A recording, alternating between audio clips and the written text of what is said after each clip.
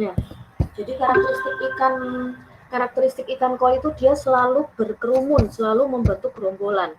Jadi ketika ada di satu kolam itu ikan koinya ada 5, kemudian kita baru beli tambahan misalnya nambahi 3.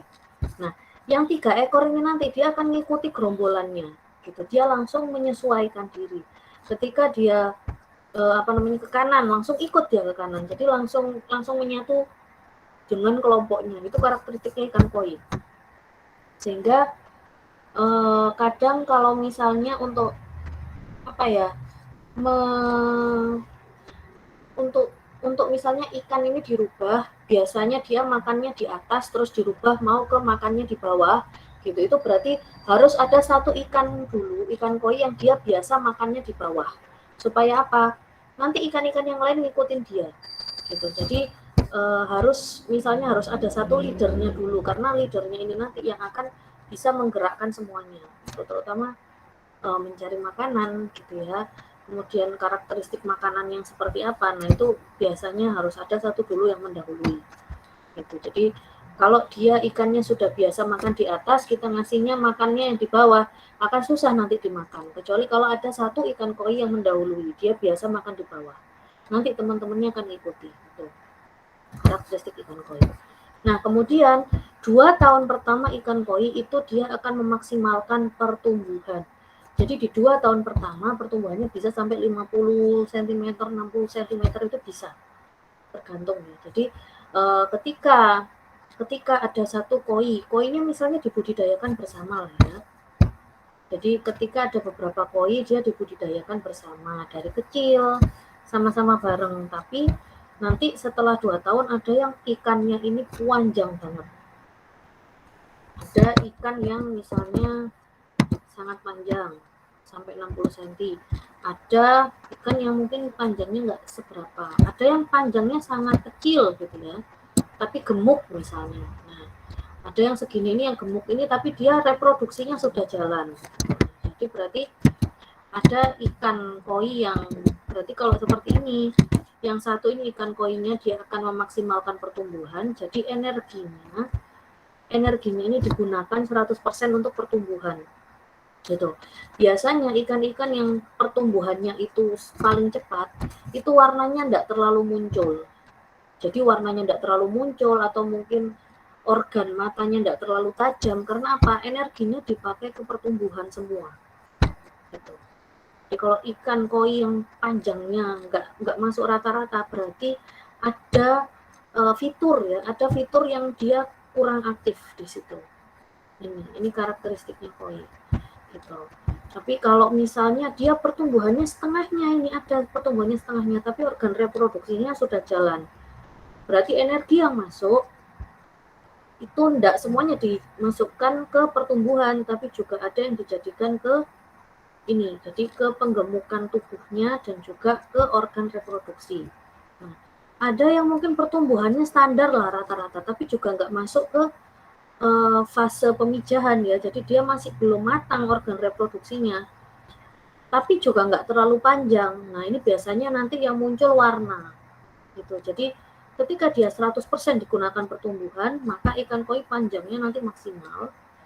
Tapi kalau nggak 100%, mungkin nanti organ warnanya sangat kuat, atau mungkin nanti yang lebih berkembang ininya dulu ya, organ reproduksinya dulu gitu. Jadi nanti kalau misalnya kalian menjadi ini ya ahli ikan gitu ya, misalnya kalian sudah lulus perikanan tiba-tiba ditanya koi padahal kalian belum budidaya misalnya, ini kenapa kok ikan saya yang satu panjang, yang satu gini, yang satu segini gitu ya, kalian bisa menjawab meskipun pakannya sama tapi karakteristik ikan koinya kan nanti dia beda-beda. Ada ikan koi yang dia lebih energinya digunakan pertumbuhan maksimal, nah ini warnanya dia enggak terlalu muncul gitu ya, atau mungkin warnanya juga muncul tapi dibandingkan dengan ikan yang lainnya pasti ada satu fitur gitu ya, entah warna, entah mungkin dia gerakannya kurang lincah gitu ya, pasti ada satu fitur. Jadi ketika dia pertumbuhannya sangat cepat, pasti akan ada satu fitur yang dia kurang, mungkin bukan warna tapi bisa saja yang lain gitu ya.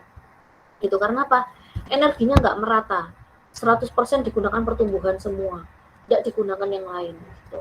Nah, beda sama kalau yang ini tapi dia 2 tahun loh, tapi nggak gede kayak ini, cuman sudah gembol misalnya, sudah gemoy, sudah gendut gitu ya. Nah, berarti energi yang digunakan meskipun dibudidayakan di wadah yang sama, diberikan pakan yang sama. Nah, kalau yang koi yang satu ini berarti dia energinya minimal setengahnya itu digunakan untuk reproduksi.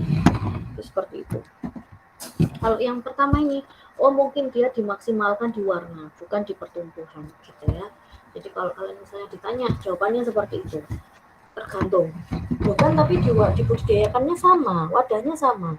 Yaitu kita melihat saja manusia ya, manusia saja yang meskipun kembar ya, anak kembar, bisa saja makanannya sama tapi pertumbuhannya berbeda ya. Karena apa? Kebutuhan nutrisinya kan berbeda antara satu manusia dengan manusia yang lain. Nah, ikan itu juga sama.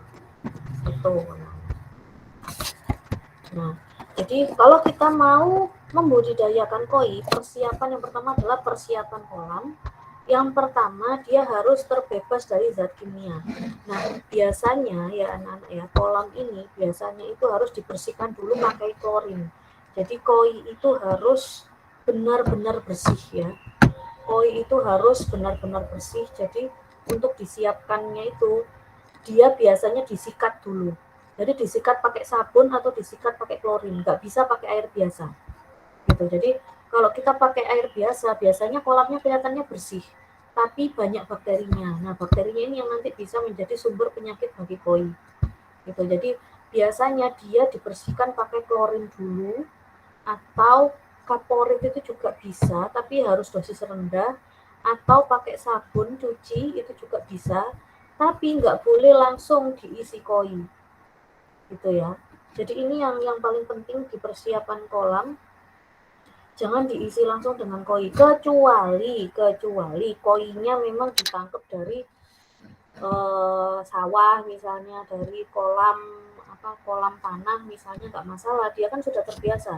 Tapi kalau koi ini dia biasa perawatannya itu di wadah yang memang benar-benar higienis, nggak bisa gitu loh. Jadi sama-sama koi, tapi kan tergantung dia awalnya itu dibudidayakannya di mana gitu. Jadi satu-satunya cara adalah kita usahakan koi ini dia bersih dulu wadahnya, dia harus terbebas dulu dari zat kimia. Jadi setelah diberikan klorin, diberikan sabun, itu tidak boleh langsung diisi air dan diisi koi, enggak, tapi dia diisi air dulu dan didiamkan selama beberapa hari kalau kolam semen. Kalau kolamnya pakai keramik, itu biasanya 4-5 jam. Jadi diisi klorin ya, disikat, kemudian dibersihkan dengan klorin, kemudian diisi lagi sama air ya sampai penuh, diukur pakai klorin meter, masih ada apa enggak, kalau masih ada disikat, jadi disikat tanpa klorin ya, disikat masih ada airnya, disikat, dicek sudah bersih apa belum sama klorin. Nah, kalau sudah dibuang, diisi lagi, dibuang, jadi sampai 2 kali. Saya pernah itu sampai 2 kali. Kalau yang kolam kolam ini keramik ya, kolam keramik itu 2 kali ngeceknya, jadi bilasnya bekasnya klorin itu sampai 2 kali, karena harus benar-benar bebas dari zat kimia. Jangan sampai bakterinya mati, benar ya, kita kasih zat-zat kimiawi gitu ya, jangan sampai bakterinya mati tapi koinya juga sakit, kan sama aja bohong ya, kasihan. Jadi kalau koi itu sebenarnya bisa hidup sampai 20 sampai 30 tahun. Nah, itu tapi tergantung bagaimana cara perawatannya.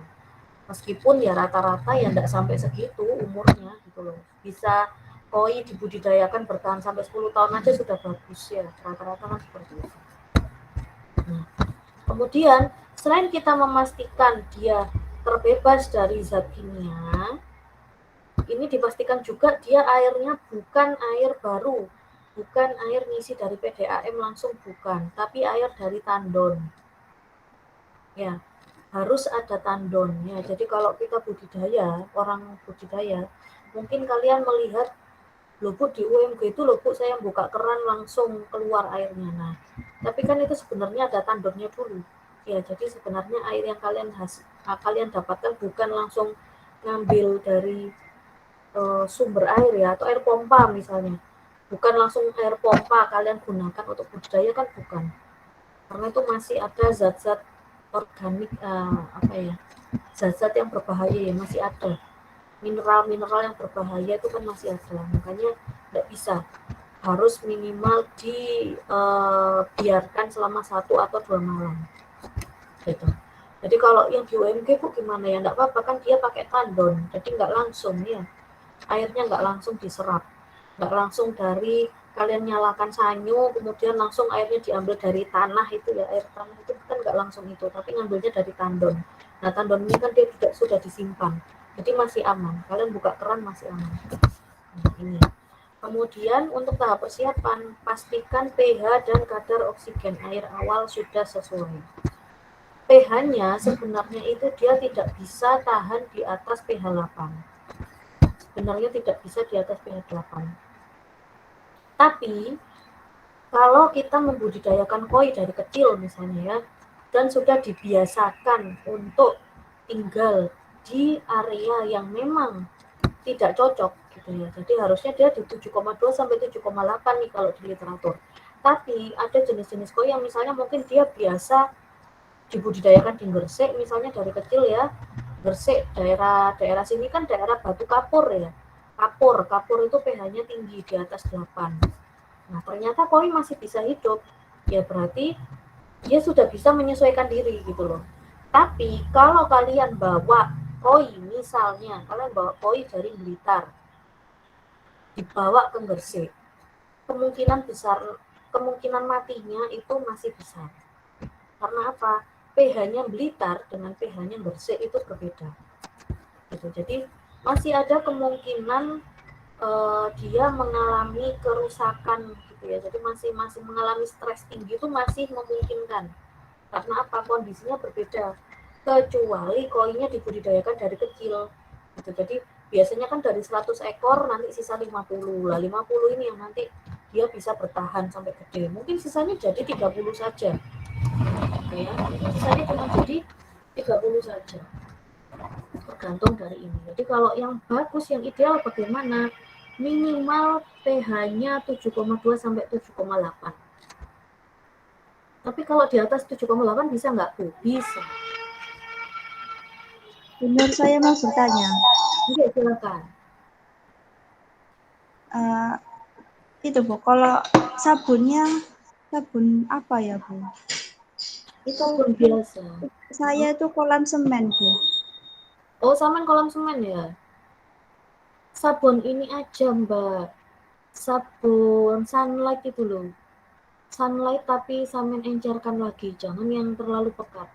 Soalnya dia itu harus benar-benar bersih. Jadi harus tidak ada sisa sabun sama sekali gitu. Nah, sabunnya ini kan mau kita pakai untuk membunuh bakterinya ya. Jadi kan ada beberapa penyakit koi itu misalnya koi busuk gitu ya, atau misalnya argulus itu juga bisa menyerang ke koi, herpes ya. Jadi KHV itu koi herpes virus itu kan menyerang kulit ya. Itu bakteri juga dan virus. Jadi bakteri itu biasanya dia membuka pintunya, virusnya nanti baru masuk gitu. Itu biasanya kayak gitu. Nah, jadi harus bersih, benar-benar bersih, termasuk dari senyawa kimia. Kalau misalnya jenengan pakai kolam semen, berarti ya ini harus didiamkan beberapa hari dulu. Jadi minimal 5 sampai 7 hari.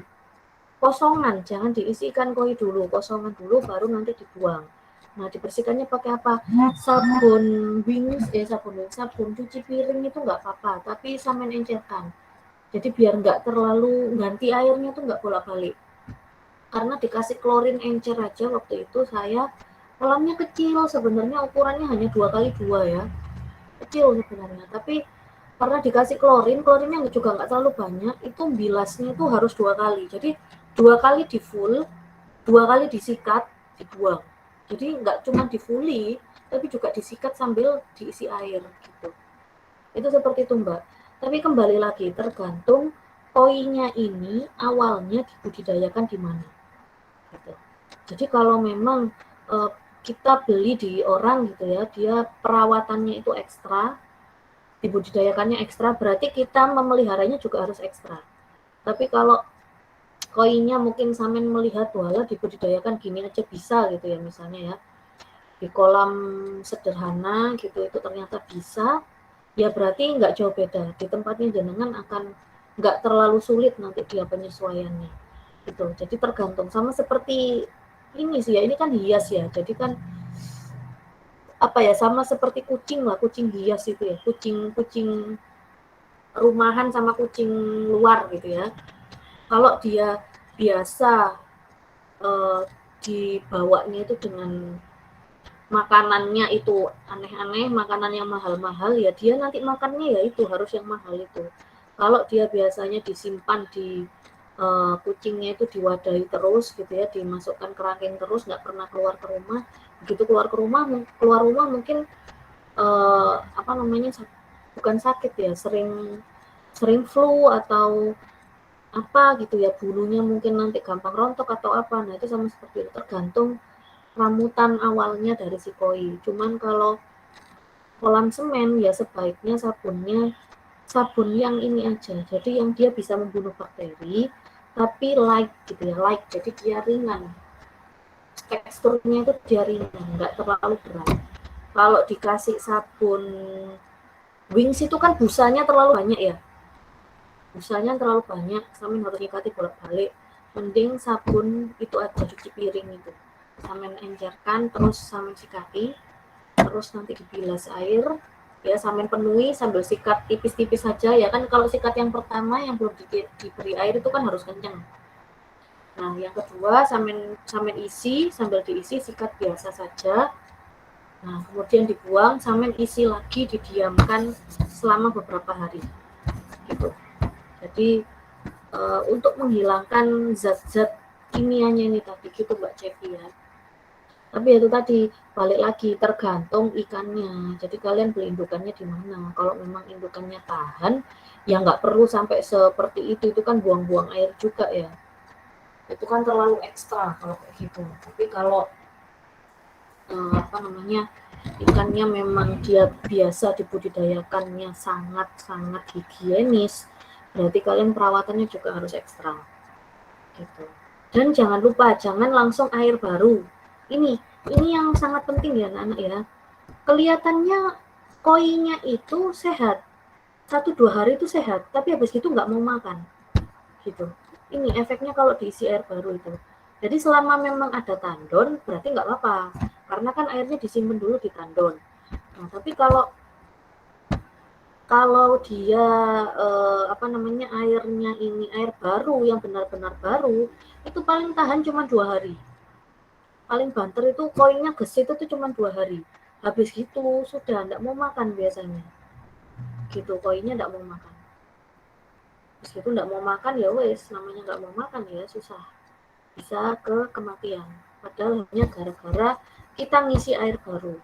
Gitu. Itu efeknya. Jadi kalau di lele, walah lele ya. Mau diisi air apa aja dia mau, air yang keruh aja juga mau ya kalau lele. Kalau koin enggak, harus benar-benar bersih. Gitu. Nah, itu ya tadi ya, itu kalau pemilihan persiapan kolam.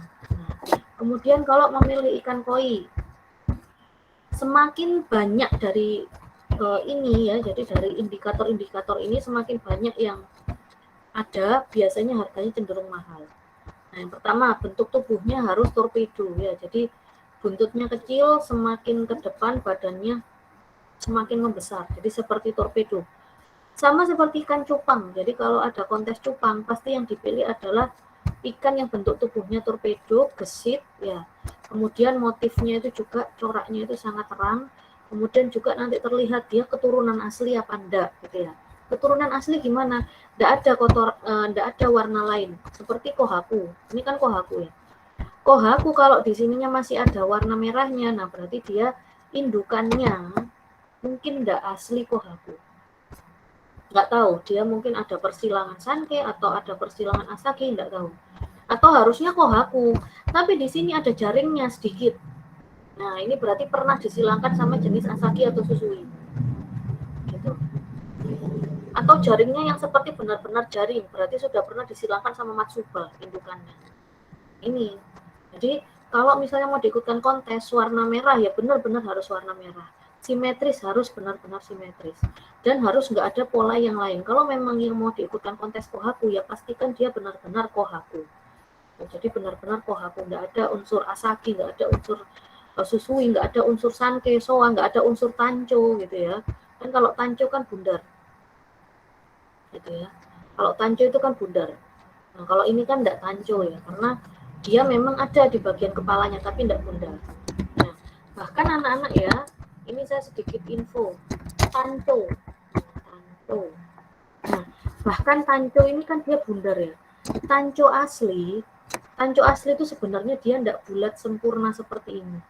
Tancho asli itu ada agak nggak simetris gitu loh bulatnya. Jadi orang-orang kalau mau ikut kontes ya, yang diikutkan lomba Tancho itu dilukai.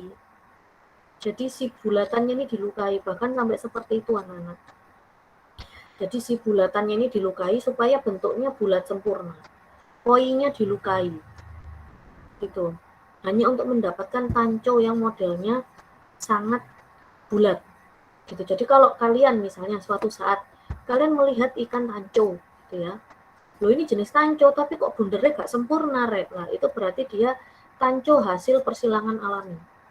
Gitu. Tapi kalau Tancho bulatnya sempurna itu dia persilangan genetik. Jadi ada permainan genetik itu juga bisa. Jadi menghasilkan Tancho yang bulat sempurna. Atau kalau orang-orang dikerik gitu. Jadi ikan koinya itu dilukai, dikerik. Supaya apa? Supaya nanti bentuknya ini bulat sempurna. Nah, jadi sampai seperti itu ya, Nana, ya. Hanya untuk ikut serta dalam kontes koi. Kalau jenis-jenis Tancho. Jadi kalau ini Kohaku asli ya. Kohaku asli. Tidak ada motif Tancho juga di kepalanya ya. Karena kalau Tancho Kohaku cuman atasnya doang yang merah ya, badannya ini putih semua. Itu kalau Tancho Kohaku. Jadi kalau ini Kohaku murni. Ya. Jadi kalau yang ini gambar ini Tancho Kohaku ya. Karena apa? Putih sama merah, tapi merahnya hanya di bagian kepala. Tancho Kohaku. Kalau ini Bu, yes. selain dari warna, apakah ada ciri khusus lain, Bu? Yang Yang bisa itu, Bu, untuk membuktikan bahwa itu asli itu, Bu. Bukan dari persilangan gitu. Apakah dari bentuk tubuh atau gimana? yang asli keturunannya gitu, Mas. Iya, Bu. Selain dari warna, iya bentuk tubuh juga. Jadi kan mungkin yang saya jelaskan ya, Mas ya. Mungkin yang saya jelaskan PPT saya hanya berdasarkan warna. Ya, tapi sebenarnya ada jenis-jenis koi tertentu yang dia itu misalnya tadi itu jenis apa ya, Matsuba. Nah, jenis Matsuba itu dia sirip yang bagian bawahnya itu keras. Gitu. Jadi jenis Matsuba itu apa ya, yang bagian bawah sini loh, Mas. Nah, jadi ada sirip yang bagian bawah sini tuh dia agak keras gitu. Jadi ujungnya ini nih dia agak keras. Jadi spine-nya itu kan kalau sirip itu kan biasanya lembut ya. Ini dia agak keras. Nah, jadi ada beberapa jenis koi itu yang seperti itu. Dia punya karakter kalau asli itu dia harusnya agak keras. Nah, itu memang tidak saya jelaskan lebih detail karena sangat banyak ya, karena jenisnya kan sangat banyak. Cuman kalau dari ini dominan warnanya dulu. Karena bentuknya koi itu hampir semuanya sama seperti ini. Cuman misalnya Slayer. Nah, kalau Slayer kan berarti sirip-siripnya ini panjang semua gitu. Cuman beda di situnya saja. Permainan di sirip ya. Jadi permainan nanti di siripnya. Kalau Slayer siripnya panjang. Kalau yang tadi jenis Matsuba itu sisipnya di bagian bawah itu dia agak tajam gitu. Selainnya apa? Dari warna. Memang dari warna. Gitu. Jadi kalau misalnya dia putih, harus putih cemerlang. Ya, kalau warnanya merah, ya harus dominan gitu. Jadi warnanya tidak nanggung. Jadi Kohaku ya harus seperti ini. Kohaku ini harus seperti ini. Warnanya simetris, kanan dan kiri ada. Kemudian warna putihnya juga cemerlang. Jadi tidak ada putihnya agak abu-abu gitu loh. Jangan-jangan yang putih abu-abu itu dia masuk ke hiu pernah disilangkan dengan hiu hantu yang tadi itu gitu, atau warnanya ada hijau mudanya misalnya, berarti jangan-jangan dia disilangkan sama jenis Midorigoi misalnya gitu. Jadi warnanya harus dominan, itu memang Mas, iya. Kalau koi memang yang paling dilihat itu warnanya, kecerahannya, sama motifnya. Sirip, kebanyakan adalah sirip dan warna memang yang dilihat. Gitu ya Mas ya? Ya Bu, berarti kan itu Bu sama dengan ikan komik juga berarti Bu. Sama dengan ikan komet, iya. Iya. Jadi yang dilihat, iya memang hanya warna sama sirip memang, iya. Karena kalau dari pertumbuhan semuanya serupa kok itu. Serupa. Jadi nggak ada yang misalnya dia, oh kalau koi jenis ini khusus platinum ogon dia pertumbuhannya lebih cepat daripada koi jenis kohaku, enggak ada seperti itu. Jadi pertumbuhan lebih cepat atau lebih lambat itu hanya berdasarkan karakteristik si koinya itu sendiri gitu loh. Jadi ada ikan ya yang dia ini misalnya lebih cepat perkembangan ininya gitu ya, perkembangan reproduksinya. Ada yang dia memang 100% menggunakan energi untuk pertumbuhan. Sejauh ini sih seperti itu. Atau misalnya kalian nanti mau jadi dokter, profesor, mungkin bisa menemukan ya, mungkin nanti bisa menemukan kalau ternyata jenis koi yang dia pertumbuhannya paling cepat itu adalah jenis koi misalnya yang sanke gitu ya. Karena apa? Nah, nanti kalian cari secara genetik. Mungkin ada gen yang pertumbuhan itu dia sangat banyak di ikan koi sanke tersebut. Nah, itu juga bisa. Silakan.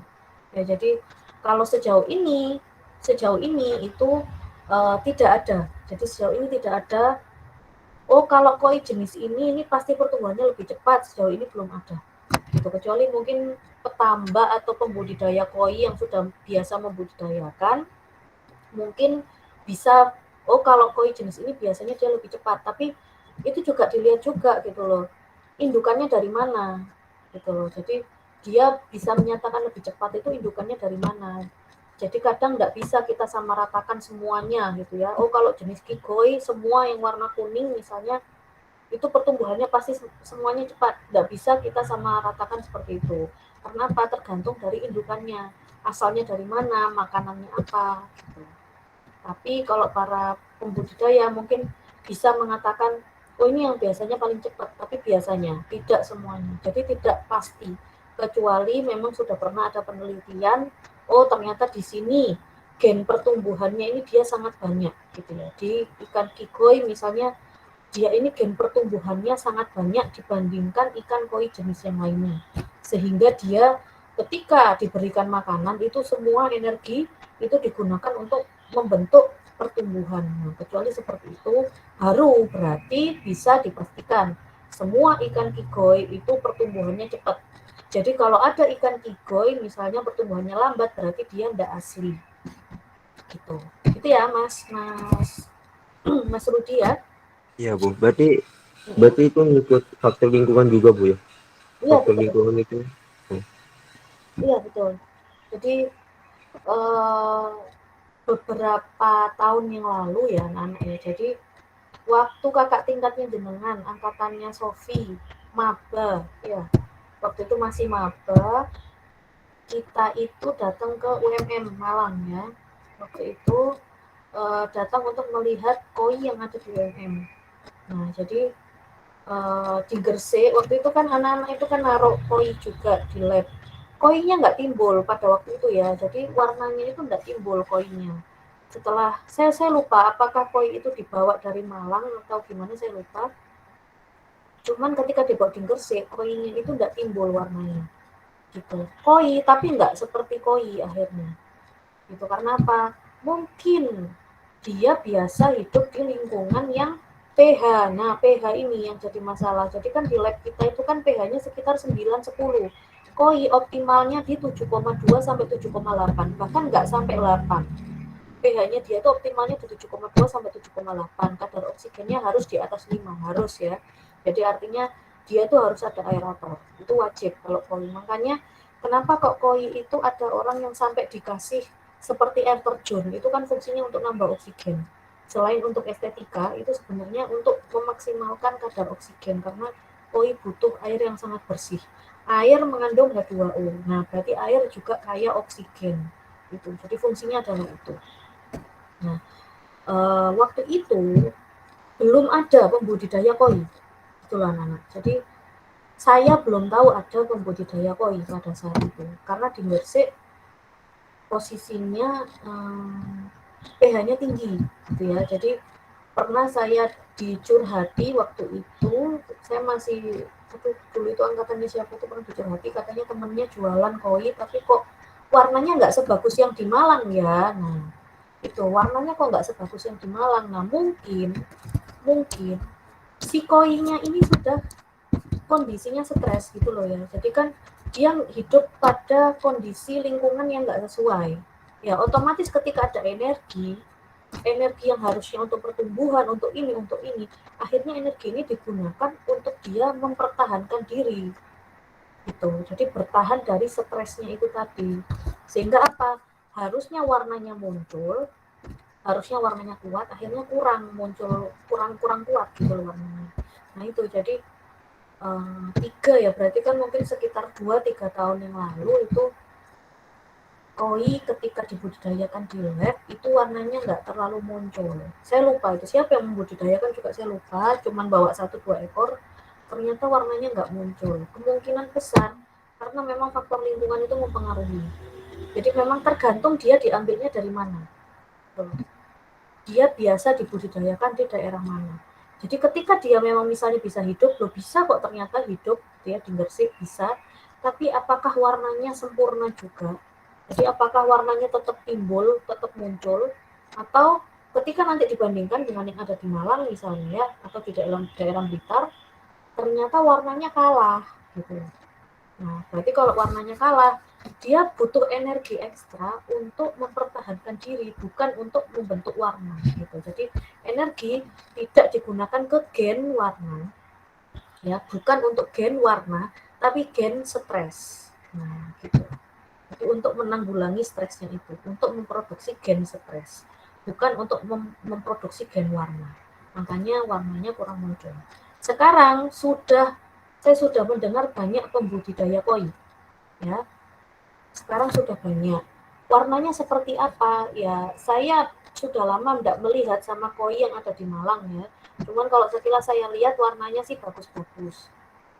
Ya, warnanya sih bagus-bagus. Tapi saya belum membandingkan lagi karena saya belum ada referensi lagi koi yang warnanya sangat bagus yang ada di Malang dan di Blitar, itu saya belum lihat lagi. Tapi sejauh ini kalau saya lihat dia cukup bagus. Artinya kalau kalian mau budidaya koi ya enggak ada masalah gitu. Bisa-bisa saja. Ternyata sekarang sudah bisa. Gitu. Tapi apakah itu nanti kuat atau enggak tergantung kalian. Dan tergantung. Jadi kalian kalau beli ke orangnya ditanyakan dulu perawatannya seperti apa biasanya. Nah, itu nanti kita sesuaikan dengan lingkungan yang ada di kita. Gitu. Itu ya, Mas ya jawabannya ya. Oke Bu, makasih Bu. Oke. Terus iya saran saya lagi, kalau memang mau niat budidaya koi mending dari kecil. Memang nanti kematiannya tinggi, semakin kecil itu kan ikan itu kan semakin banyak yang mati, tapi kan harganya murah pertama. Terus selain murah, kita jadi tahu, jadi sama-sama membiasakan diri. Oh misalnya koi ini saya kasih makannya segini, koinya juga nanti terbiasa sama kita gitu loh. Kalau dari kecil itu kan enak. Tapi kalau kita sudah beli yang besar, harganya minimal 100.000, 75.000 minimal itu 1 ekor. Terus kita salah perawatannya. Jadi misalnya kita ngerasa oh ini sudah waktunya dilepas gitu ya kan, biasanya kan kita aklimatisasi dulu gitu ya. Terus mungkin koinnya gopo gitu, jadi sudah banyak temennya, dia pengen segera ikut, akhirnya mati, kan kita buang uang. Sementara kalau 100.000 kita belikan yang kecil-kecil, memang nanti akan mati, setengahnya minimal memang akan mati, tapi ada yang bisa bertahan sampai besar, dan itu nanti yang bisa menyesuaikan diri sama kita gitu loh. Jadi kita kasih makannya jam segini, dia ikan itu kan juga bisa hafal ya, jadi oh nanti jam segini kita kasih makan gitu. Jadi nanti ramutannya nanti lebih enak kalau kalian dari kecil Dan kalau dari kecil kalian kan bisa milih nanti, oh saya pengennya jenis ini, jenis ini, jenis ini, jenis ini. Ketika sudah gede harganya mahal. Jadi saran saya kalau kalian mau coba budidaya, yang kecil-kecil dulu. Nyoba di akuarium nggak apa-apa, yang harganya murah-murah dulu aja. Tapi nanti kita besarkan. Toh dalam waktu 2 tahun dia sudah panjangnya sudah minimal itu 40 cm, 30-40 cm. Gitu loh. Jadi setahun aja kalian sudah bisa jual koi gitu loh. Jadi kalau 2-3 tahun yang lalu saya merasa masa iya Gresik bisa budidaya koi ya dengan kondisi yang seperti itu, ternyata koinya warnanya hilang gitu. Tapi ternyata sekarang bisa kok orang kalian beli koi juga sudah bagus-bagus. Artinya koinya sudah bisa menyesuaikan diri lah. Gitu. Dengan kondisi lingkungannya dia sudah mulai bisa penyesuaian. Artinya kalau 2-3 tahun yang lalu mungkin ikan koi yang dibawa ke Gresik itu gen stresnya banyak terbentuk. Nah, kalau yang sekarang itu cenderung sudah bisa menyesuaikan diri. Ya, monggo silakan kalau mau budidaya. Bisa koi, bisa arwana. Arwana yang kecil-kecil itu kan kalau sudah gede kan mahal ya. Monggo. Nah, jadi tahap persiapan yang dilakukan yang pertama, pemilihan ikan koi. Setelah wadah, itu kita harus memastikan bentuk tubuhnya torpedo. Ya, jadi yang bagus itu bentuk tubuhnya torpedo, bukan yang gemoy seluruh badan ya. Kalau bentuknya torpedo berarti gerakannya dia sangat lincah. Gitu. Kalau yang gemoy seluruh badan, kadang ada ikan koi yang gendut-gendut ya, kita beli itu gendut sehat gitu ya, tapi ketika dia sampai rumah nggak mau makan kan biasanya 2-3 hari lama-lama lemes, habis itu mati gitu. Jadi Bu, ini Bu, untuk wadah budidayanya apakah bisa menggunakan kolam terpal seperti itu Bu? Apakah harus kolam semen atau kolam itu Bu? Jadi begini Mas, kalau untuk wadah ya, koi itu sebenarnya dia nggak boleh terkena panas secara langsung gitu. Jadi dia suhunya itu harus kalau bisa di bawah 30 kalau bisa, tapi kalaupun nggak bisa ya jangan terlalu tinggi suhu airnya karena koi itu juga stres. Gampang stres ya lebih tepatnya ya. Nah, jadi kalau koi itu ditaruh di wadah semen, semen itu kan dia menyerap panas ya. Semen kemudian keramik ibaratnya kalau ada panas itu dia diserap. Jadi panasnya itu enggak ke air gitu. Nah, kalau pakai terpal atau pakai fiber itu ya, itu panas itu dipantulkan. Jadi panas itu enggak sekedar meresap ke semen tapi juga ke air. Jadi efeknya itu bisa nambah panas. Terkecuali dibudidayakan yang memang di daerah yang enggak terlalu panas. Tapi kalau sampai di Gresik sini ya, Gresik kota, saran saya semen aja enggak apa-apa karena panas Mas, semen itu ya apa kalau pakai terpal atau fiber itu panas. Ikan itu kan dia itu suhunya seperti lingkungan ya. Jadi kalau lingkungannya panas, ikan juga panas suhunya. Gitu. Jadi kalau dibudidayakan di fiber, panasnya itu nyerap ke fiber dan nyerap ke air. Tapi kalau semen atau keramik, panasnya nyerap ke keramik saja, nyerap ke semen saja gitu.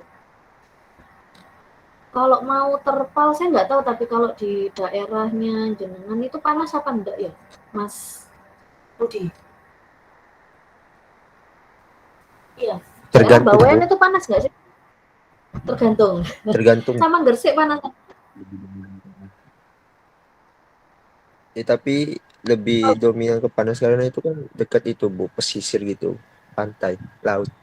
Lebih dominan ke panas Bu. Coba yang anakannya dibudidaya di akuarium dulu, Mas. Kalau mau, yang kecil-kecil dulu sama budidayakan di akuarium. Nanti baru kalau Iya mau Bu, nyoba kemarin waktu itu kecil. pernah juga Bu, itu beli di itu terus Bu disimpan di akuarium bersama ikan komet juga Bu, ikan emas.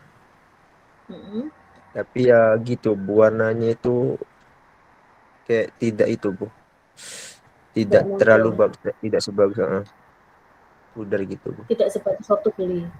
Iya. Ya, berarti stres dia. Ya, jadi indikator stres itu seperti itu ya. Awalnya bagus memang warnanya. habis itu dia nggak muncul warnanya, berarti stres. Berarti energinya digunakan untuk menghasilkan protein stres ya. Seperti itu anak-anak. Jadi energinya digunakan untuk merubah gen stres menjadi protein stres gitu. Jadi yang harusnya digunakan untuk ke protein warna nggak jadi ke protein warna, tapi untuk menghilangkan stresnya itu. Nah, jadi Tapi untuk kolam hmm, budidaya itu Bu, kolam budidaya tanah itu bukan ikan koi ini kan itu Bu harus di perairan yang bersih gitu Bu. Apakah ada gitu Bu pembudidaya yang budidaya ikan koi itu di kolam kolam tanah. alam itu, kolam tanah itu Bu? Koi itu ya Mas ya sejarahnya ya. Koi itu awalnya ditemukan di Cina, itu di sungai-sungai. Jadi dulunya di tahun 1800-an sebelum mulai dibudidayakan di Jepang. Jadi asalnya koi itu bukan Jepang. Asalnya koi itu di Cina. Nah, di Cina itu dulu itu sungainya itu sama seperti sungai Amazon gitu loh. Jadi masih alami. Jadi masih sangat alami. Koi dulunya itu memang dia biasa hidup di sungai-sungai deras. Makanya koi itu suka sama kolam yang ada arusnya itu gitu. Jadi selain itu nambah oksigen, itu juga seperti karakteristik alami dari koi gitu. Makanya kan ada orang budidaya koi itu ditambah tanaman-tanaman. Jadi sebenarnya disesuaikan dengan habitat aslinya dia. Gitu. Kalau dibudidayakan di kolam-kolam ada Mas, sampean lo berangkat ke Blitar. Di Blitar itu sampean nyerok nyerok koi itu koinya di sawah. Ayo, kan nggak masuk akal ya, koi kok dibudidayakannya di sawah. Iya, jadi ada koinya itu di sawah itu, anakannya itu, bibit-bibitnya itu dibudidayakannya di sawah. Baru yang bagus-bagus itu biasanya sama mereka dimasukkan ke dalam ini, bak mandi itu. Fungsinya apa? Biar dingin. Suhunya itu harus dingin kan. Koi sukanya suhu yang ya nggak dingin-dingin banget sih, cuman di atas 20 lah. Dia suka yang suhu dingin. Jadi ketika koinnya kualitasnya bagus, itu dia suhunya biasanya itu dimasukkan ke dalam wadah ya, jadi dimasukkan ke dalam kamar mandi. Kalau koinnya yang bibit-bibit itu sama beli 500.000, wes terserah berapa bibit. Itu ngambilnya ya itu di sawah-sawah gitu itu, di Blitar itu. Jadi bisa dibudidayakan di kolam biasa bisa, sangat bisa. Makanya itu tergantung indukannya. Kalian belinya dari mana? Gitu. Cuman yang jadi masalah kalau kalian ngambilnya dari Blitar, itu kan ada perbedaan suhu di situ. Gitu. Jadi khawatirnya adalah tingkat kematiannya bukan karena si koi tidak terbiasa menyesuaikan diri dengan lingkungan yang nggak bersih gitu ya, tapi lebih kepada perubahan yang sangat drastis dari suhu yang dingin ke suhu yang panas. Itu resikonya kalau kita mau ngambil dari Blitar. Di Blitar itu murah, Bibico itu murah. Blitar, Tulungagung, Kediri itu sentranya. Kalau kalian mau nyari, silahkan cari ke Kediri mungkin. Karena kalau Kediri kan suhunya agak panas ya, nggak seperti Blitar. Mungkin bisa kalian coba carinya di Kediri, jangan di Blitar. Gitu karena nggak sedingin di Blitar. Takutnya koinya nanti stres. Gitu ya Mas ya. Jadi bisa di Blitar itu di sawah-sawah, tapi airnya ya bersih gitu. Tapi ya di sawah gitu. Jadi ada tanahnya ya ada, tapi di sawah. Tapi airnya ya bersih. Jadi memang kehidupan aslinya koi itu ya di sungai-sungai dulunya. Waktu di Cina itu di sungai-sungai. Nah, kenapa dulu kok ada pakan alami ya? Awal mula pakan alami itu sebenarnya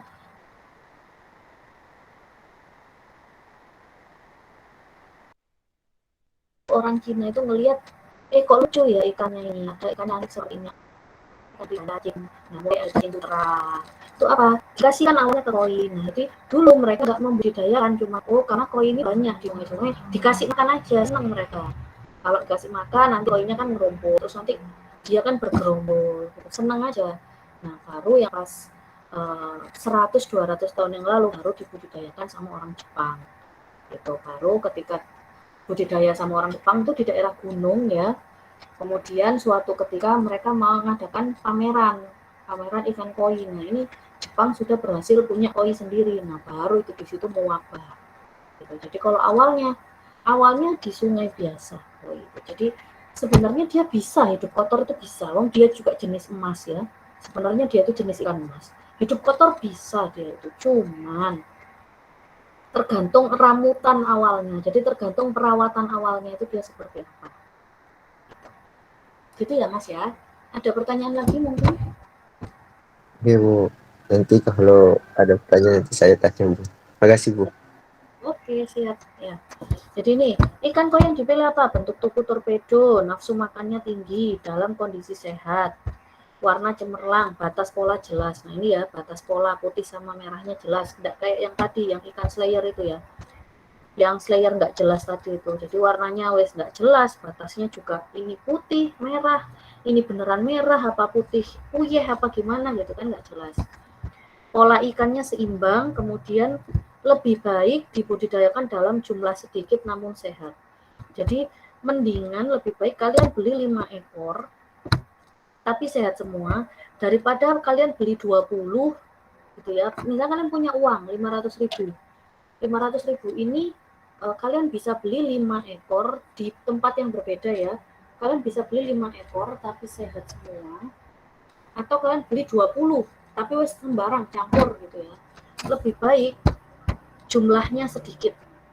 Lebih baik kalian milih jumlah sedikit tapi benar-benar sehat daripada kalian ngejar kuantitas. Daripada kalian ngejar koinnya banyak, lebih baik ngejar yang jumlahnya sedikit. Karena koi itu rentan. Sekali lagi, koi itu rentan sampai. Nah, kemudian pemilihan lokasi. Koi biasa di area berarus deras ya, ini ya. Karena dia dulunya, induknya, nenek moyangnya memang dibudidayakan di sungai-sungai. Nah, kemudian dia harus dengan kolam yang sedikit sinar matahari. Nih, jadi tidak boleh dia kena sinar matahari secara langsung, itu nggak boleh. Itu akan cepat mati. Biasanya ya kalau misalnya kita mau budidaya di kolam. Nah, ini ada penutupnya sedikit, ini kena sinar matahari ya. Nah, koinnya nggak akan ada di sini, koinnya akan singitan. Jadi koinnya akan bersembunyi di bawah sini. Gitu. Jadi koi yang bersembunyi itu sebenarnya bukan pemalu gitu ya. Koi itu sebenarnya malah senang dikasih makan itu langsung dia. Sama seperti lele cepat gitu loh. Koi itu sebenarnya karakteristiknya seperti itu.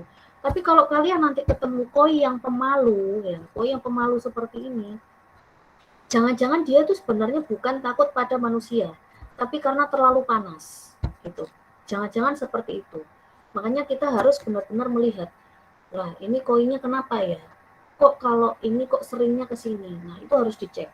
Suhu airnya bagaimana, kondisinya seperti apa. Supaya kita nanti memastikan si koi ini sebenarnya dia tidak. Jadi dia ini menghindar itu bukan karena takut manusia, tapi karena memang kepanasan.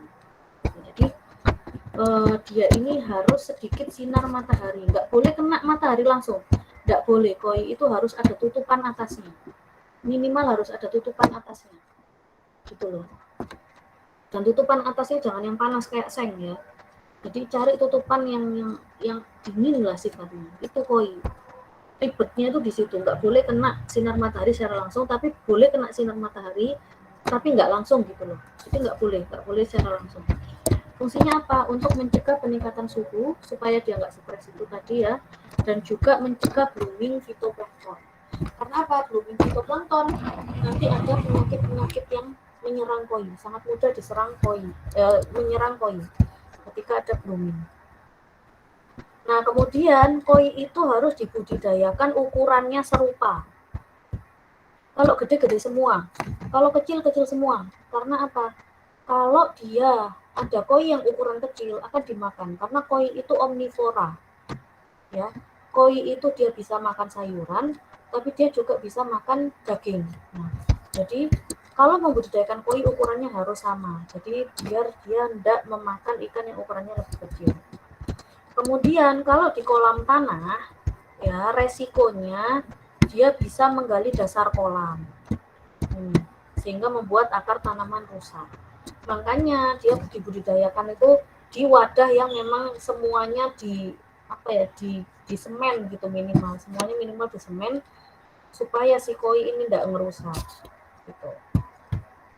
Ini ya kualitas air, suhunya loh 24 sampai 26. Gersik itu dia di atas hampir ke 30 ya. Bisa dia, berapa ya suhunya sekarang ini, hari ini? Ada yang tahu? Coba suhunya berapa sekarang ini?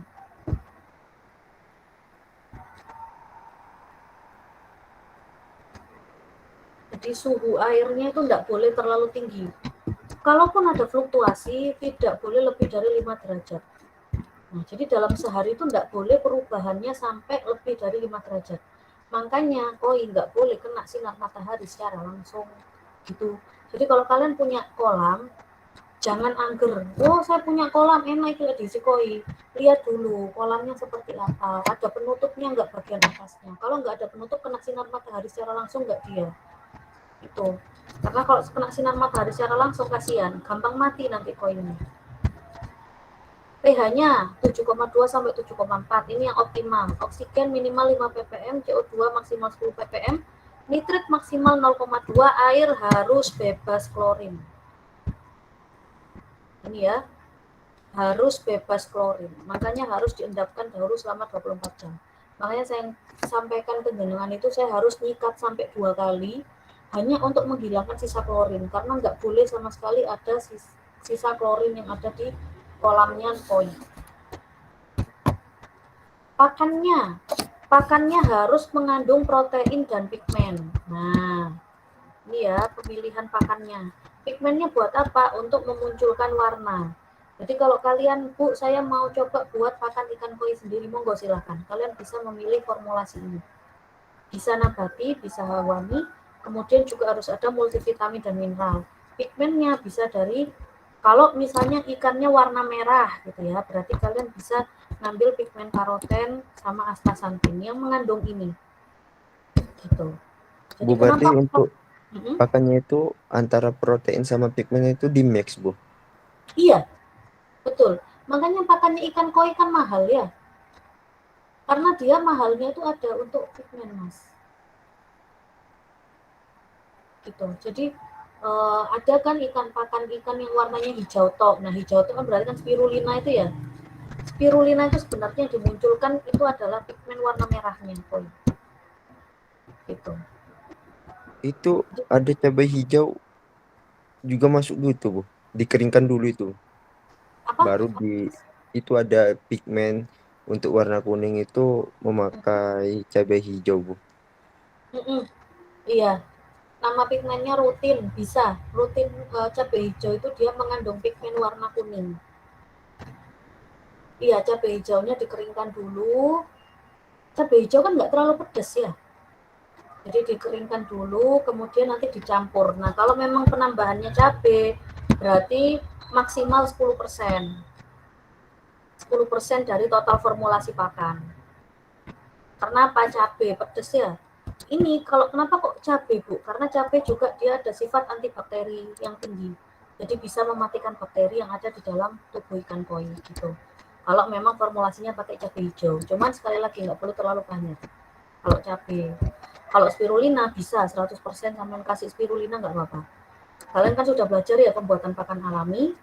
Kalian 100% buat dari tepung spirulina bisa. Ini untuk pigmen ya anak-anak ya. Karoten, rutin, astaxanthin. Nah ini. Jadi makanya kalau pakan ikan hias itu mesti mahal karena dia ada kandungan pigmen. Kalau ikan konsumsi tidak ada pigmennya. Paling cuma protein, karbohidrat, lemak, vitamin, mineral sudah. Tapi kalau ikan hias pasti ada tambahan pigmen. Untuk apa? Ya ini untuk mempertahankan warna. Gitu. Jadi supaya ketika nanti kita memasukkan zat makanan gitu ya ke dalam tubuhnya si ikan koi itu, pigmen ini nanti yang langsung mengikat gen warna. Nah, jadi karoten ini nanti langsung mengikat gen warna. Supaya apa? Warnanya muncul. Makanannya baru nanti makanannya ini jadi gen pertumbuhan gitu loh. Jadi kalau ditambah pigmen nanti masing-masing kerja. Jadi apa? Maksimal, pertumbuhannya besar, warnanya juga bagus gitu. Ini fungsinya. Jadi kalau karoten ini nanti langsung memunculkan gen warna. Gitu ya. Ini kalau untuk pakannya. Nah, ini suhu. Ini ya, jadi kalau suhunya kurang dari 10 tidak boleh memberi makan. Ya. Kalau suhunya 10 sampai 13 dikasih 2 sampai 3 kali seminggu. Jadi nggak tiap hari dikasih makan. Kalau di daerah tropis 22 sampai 26 bisa dikasih 3 sampai 4 kali sehari. Gitu. Nah, kandungannya apa? Pelet dengan protein tinggi 35 sampai 40%, ada pigmen, bisa ditambah plankton, sayur dan buah-buahan. Ini ya. Jadi karakteristik pakan yang dibutuhkan berbanding suhu. Berarti semakin tinggi suhunya bagaimana, Bu? Bisa dikasih 5 kali sehari bisa. Tapi ya 1-2 kali juga nggak apa-apa. Tapi kalau suhunya tinggi minimal 1-2 kali sehari. Itu minimal. Nah, kemudian oh ya, ada pertanyaan dulu sebelum saya lanjutkan. Saya tinggal sebentar ya. Iya, Bu.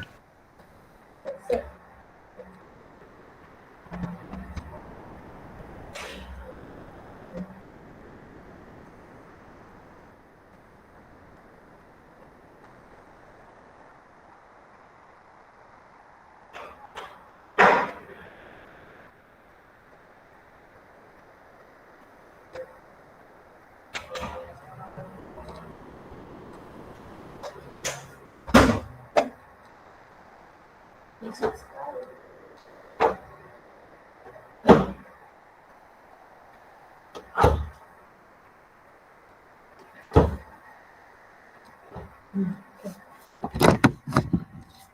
Oke, jadi saya lanjutkan. Pembenihan.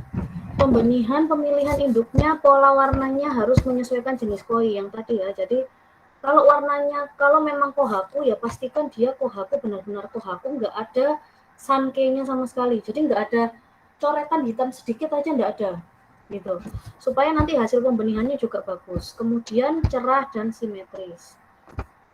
Kemudian bentuk tubuhnya torpedo, berat badan minimal 1 kg. Ini untuk indukannya.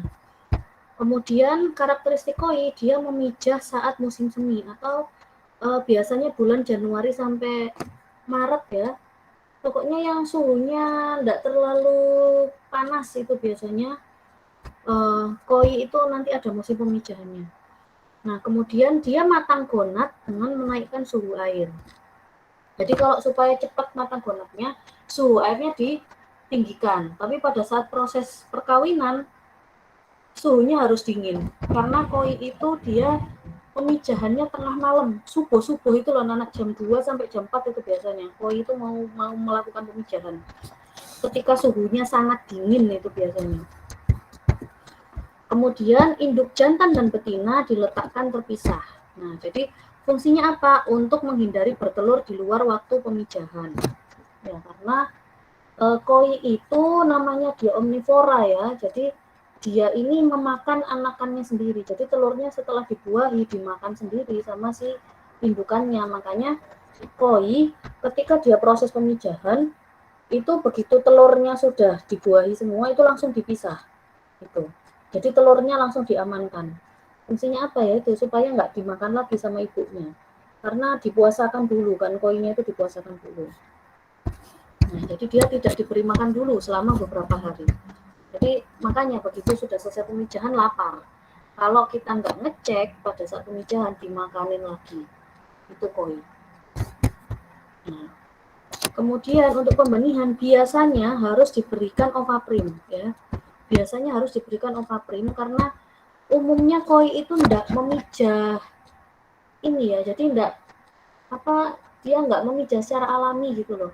Umumnya koi itu mau memijah itu ketika diberikan ovaprim. Orang saya nyoba itu sampai 2 kali ya anak-anak ya. Jadi pertama kali saya nyoba pemijahan koi, padahal sudah disuntik ovaprim itu enggak mau. Baru yang percobaan kedua itu baru mau. Jadi setelah selang 1 minggu kemudian baru ada terjadi pemijahan si koinya itu. Jadi butuh waktu sampai seminggu dulu dan harus dikasih ovaprim. Jadi kalau nggak dikasih ovaprim gimana? Mungkin nggak akan terjadi pemijahan meskipun sudah matang gonat. Gitu. Biasanya Berarti ini sama kayak Leli itu Bu, mengorbankan itu Bu. Apa tidak Bu? Apa? Sama dengan lele yang apa? Ini kan suntik ovaprim itu kan itu Bu, mengorbankan ikan yang satunya lagi itu Bu untuk dibunuh, mengambil. Iya. Berarti sama dengan Bali juga berini Iya, mengorbankan juga, Bu. iya, iya. Itu untuk mempercepat. Soalnya kadang kasihan kelamaan. Tapi bisa dari Ovaprim aja, maksudnya ndak harus dari ikan, kan ada suntikan itu loh Mas. Berarti hanya penyuntikan saja ini, Bu. Iya, penyuntikan saja, ndak perlu dikasih itunya dari pituitary gland-nya, ndak harus langsung itu. Sampean kasih suntikan kimiawi aja nggak apa-apa kalau koi. Kalau lele kan harus ya dari apa batoknya lele itu ya. Kalau ini ndak apa-apa, bisa pakai suntikan Ovaprim biasa nggak apa-apa gitu. Jadi kebanyakan ya, saya belum ya mungkin pengalaman saya di koi juga nggak terlalu banyak ya, cuman sejauh ini yang saya tahu koi itu kalau pemijahan alami itu susah gitu loh. Sejauh yang saya tahu seperti itu. Jadi perlu ada suntikan dulu supaya nanti merangsang apa namanya proses pembuahan itu terjadi lebih cepat.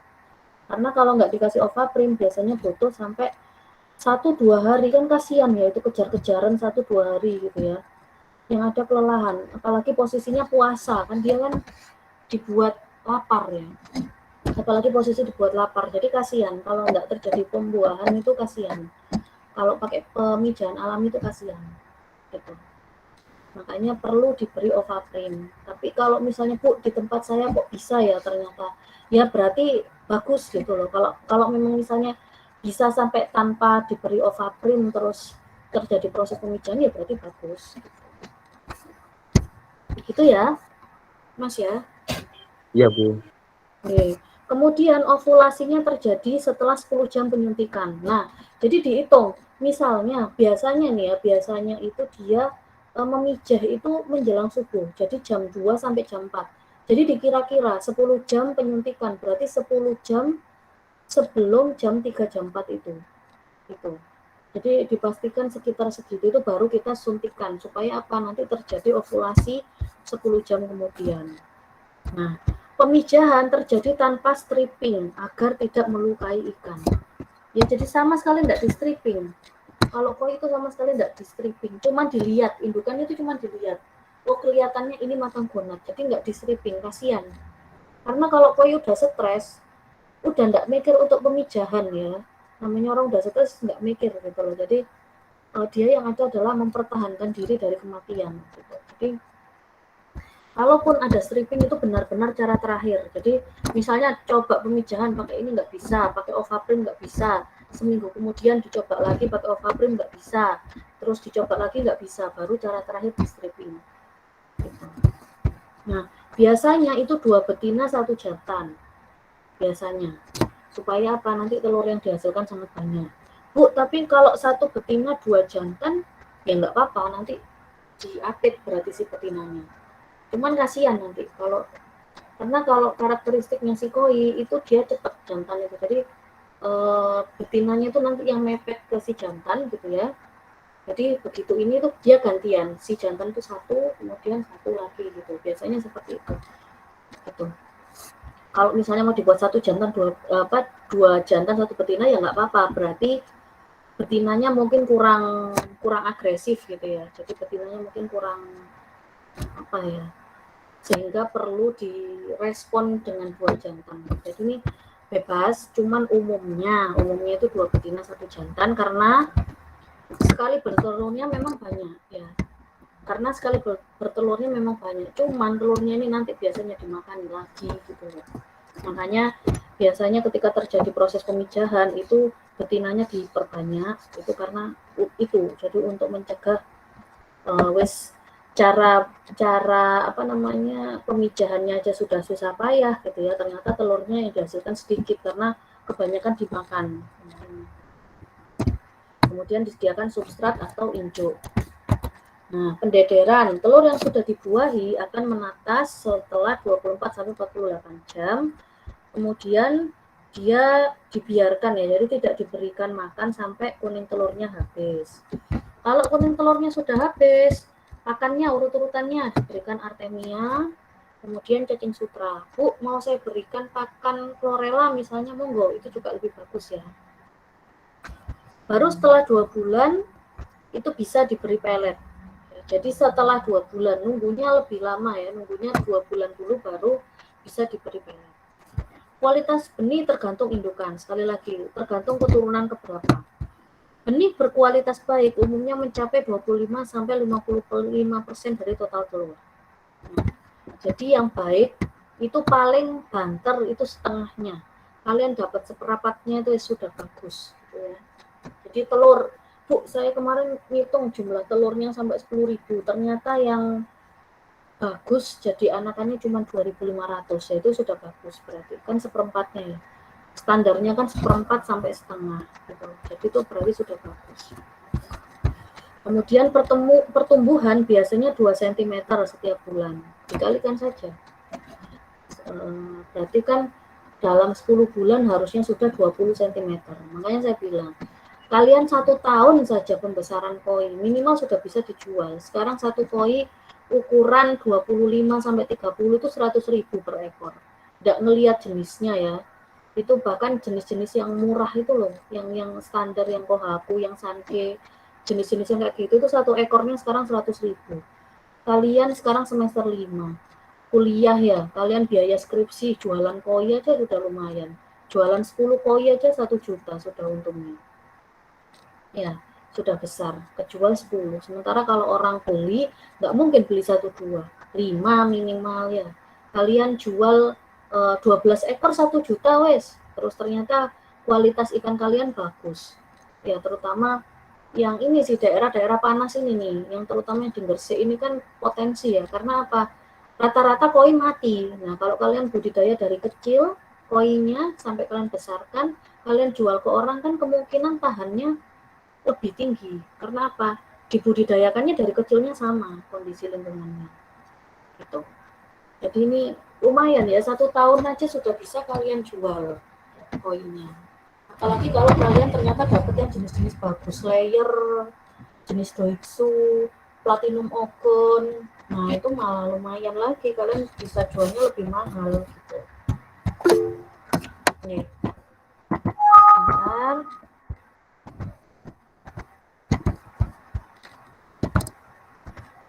Izin Bu, mau ibadah dulu. Oh iya, silakan. Oh iya, sebentar lagi juga sholat Jumat ya anak-anak ya. Iya, silakan. Silakan. Almita ya. Jadi ini sudah sampai ke materi terakhir ya. Jadi teman-teman mau ibadah semua, ada yang mau sholat, ada yang mau ibadah Jumat ya. Monggo, saya persilahkan teman-teman semuanya. Jangan lupa mengisi absensi. Nah, jadi yang terakhir pewarnaan. Nah, jadi pewarnaan ini ditentukan oleh genotip. Kan ada fenotip, ada genotip. Ya, artinya apa? Ditentukan gen. Nah, jadi pewarnaan itu bergantung gen. Makanya kalau nanti kalian misalnya ketemu kohaku, padahal kohaku di tempat lain harganya cuma 100.000, di sini kok sampai 500.000. Mungkin F dari keturunan yang F5, F6 mungkin jadi dari keturunan asli. Mungkin seperti itu. Karena apa? Gennya. Jadi kenapa kok sampai ikan koi itu ada kontesnya ya? Jadi sampai ada kontes ikan koi. Itu karena gennya ini yang mahal itu. Gitu loh. Karena keturunannya ini, garis keturunannya ini yang mahal. Karena apa? Genotip ini nanti yang mempengaruhi patternnya. Nah ini kan ikan sanke ya. Ikan sanke yang sangat cantik. Karena apa? Polanya hanya di punggung dan sangat rapi. Dan kalau kalian lihat warnanya juga sangat muncul ya, sangat cerah sekali. Warna merahnya itu sangat apa ya? Sangat bagus sekali. Nah, hitamnya juga hitam yang maksimal, benar-benar hitam, tidak warna abu-abu. Kayak gini ini mahal. Gitu. Jadi oh, karena sama-sama sanke, kok yang ini harganya sampai ratusan ribu. Mungkin dia keturunannya bagus. Ya, karena apa? Gen. Kalau gen itu ya wis dari aslinya. Kalau gennya sudah aslinya bagus, memang keturunan asli, ya sudah pasti bagus gitu loh. Jadi ini gen, bukan fenotip ya. Kalau fenotip kan masih mungkin berubah, tapi kalau sudah genetik, nggak bisa karena gennya itu sudah pakem asli, kecuali kalian rangsang dengan apa gitu misalnya ya. Jadi disuntik apa gitu ya. Atau diberikan sengatan listrik sehingga ada pola gen yang nanti berubah, ada mutasi. Nah itu kecuali seperti itu. Tapi kalau gen asli itu ya harus seperti itu, nggak bisa dirubah. Gen itu kan nggak bisa dirubah. Kalian kemarin belajar DNA, DNA itu kan kalau ada kerusakan mutasi sedikit kan cepat dikembalikan lagi. Artinya apa? Gen itu asli. Dia tidak semudah itu untuk berubah. Ketika gennya memang sudah baik, ya pasti nanti keturunannya baik. Kalau gennya ikannya itu kurang baik, ya nanti mungkin di keturunan yang sekarang mungkin nggak keluar. Misalnya dia disilangkan sama asagi ya, nggak sengaja disilangkan sama asagi, tapi asaginya juga campuran. Nggak tahu itu asaginya mau campuran kohaku, campuran apa, itu juga campuran. Mungkin di keturunannya bawahnya tidak keluar. Tapi setelah keturunan itu, misalnya polanya nggak jelas. Asagi bukan, ya susui bukan, tapi polanya keluarnya di sini misalnya. Ada pola asagi, tapi di warna putihnya. Dia bukan sowa, ya dia bukan sowa. Dia jenis sanke, tapi di sininya ada hitam-hitamnya. Kalau sowa kan hitamnya harus banyak ya. Jadi dia seperti sanke, hitamnya cuma di punggung, tapi di sirip-siripnya juga ada hitam-hitamnya. Jadi orang jadi bingung, ini jenis apa kok nggak jelas. Sanke bukan, sowa bukan, asagi bukan. Nah, gitu. Ini jadi genotip ini sangat mempengaruhi. Kemudian kromatofor atau warna ya. Nah, warna ini bisa muncul ketika otaknya. Nah, jadi yang mempengaruhi warna itu adalah otak ikan. Ya. Jadi kalau kemarin di biotek saya jelaskan otak ini bilang, "Oh, saya lagi butuh sel ini," maka langsung diproduksi. Gitu. Nah, jadi kromatofor sel warna otak, ketika otak menginstruksikan saya lagi butuh perkembangan warna, maka energi nanti akan difokuskan ke warna. Ketika otaknya lagi stres, otomatis warna ini nggak akan muncul. Karena apa? Otaknya menyuruh untuk menghilangkan stres dulu. Gitu. Jadi stresnya dihilangkan dulu, baru nanti warnanya muncul. Gitu. Jadi warna ini juga sama. Yang mempengaruhi adalah otak ikan. Makanya ikan koi jangan dibiarkan sampai stres. Kalau sudah stres, tandanya apa? Mungkin koinya bergeraknya biasa. Sama seperti koi pada umumnya. Tapi mungkin warnanya nggak muncul. Mungkin yang waktunya dia harusnya sudah reproduksi, dia nggak reproduksi. Mungkin pertumbuhannya terhambat. Nah, itu sebenarnya adalah respon dari otak. Nah, kemudian ketika ikan ini disimpan pada wadah gelap, cenderung dia mengikuti warna wadahnya. Nah, jadi kalau kalian di tembok semen ya, semen tapi sekelilingnya misalnya catnya warnanya cerah, mungkin koinya warnanya akan tetap cerah. Jadi koi ini apa ya? Kalau di manusia itu punya feeling gitu loh.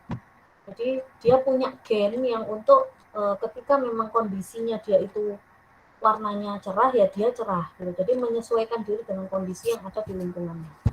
Ketika dia disimpan pada wadah yang gelap, ya nanti cenderung warnanya tetap, misalnya merah itu sama, tetap merah, tapi mungkin merahnya lebih gelap. Gitu. Jadi dia menyesuaikan dengan wadah. Warna dapat berubah saat ikan mengalami stres. Nah, ini sudah saya jelaskan banyak. Kemudian ini, ikan yang tumbuh lambat umumnya memiliki warna lebih baik karena energi diupayakan untuk pigmen. Nah, ini ya, jadi yang tadi itu. Kalau dia pertumbuhannya maksimal, biasanya warnanya kurang bagus. Tapi kalau mungkin pertumbuhannya nggak terlalu maksimal, tapi warnanya cerah, nah berarti energinya itu selain digunakan untuk pertumbuhan, juga digunakan untuk warna. Kalau ikannya sangat kecil, yang lain panjang, ikannya kecil, tapi mungkin organ reproduksinya yang sudah matang. Nah, jadi beda-beda. Dan itu semua jenis koi, nggak jenis tertentu itu enggak. Semua jenis koi sama seperti itu. Gitu ya. Ada pertanyaan anak-anak sampai sini? Insya Allah tidak dari saya. Oke, siap ya. Karena sudah tidak ada pertanyaan, alhamdulillah. Jadi perkuliahan kita akhiri di sini. Hari ini hari Jumat ya. Silahkan waktunya yang sangat baik untuk beribadah ya, untuk semuanya. Baik, selamat sholat Jumat ya untuk mas-masnya. Kemudian minggu depan ya, jadi 2 minggu ini kelasnya nanti kita online terus ya anak-anak ya. Mungkin nanti bisa video atau kita kelasnya malam gitu ya. Oke, kalau memang tidak ada pertanyaan lagi, saya cukupkan sekian. Silahkan mengisi absensi. Alhamdulillahirrahmanirrahim. Mohon maaf jika ada kekurangan dan kesalahan. Saya akhiri. Wassalamualaikum warahmatullahi wabarakatuh. Waalaikumsalam.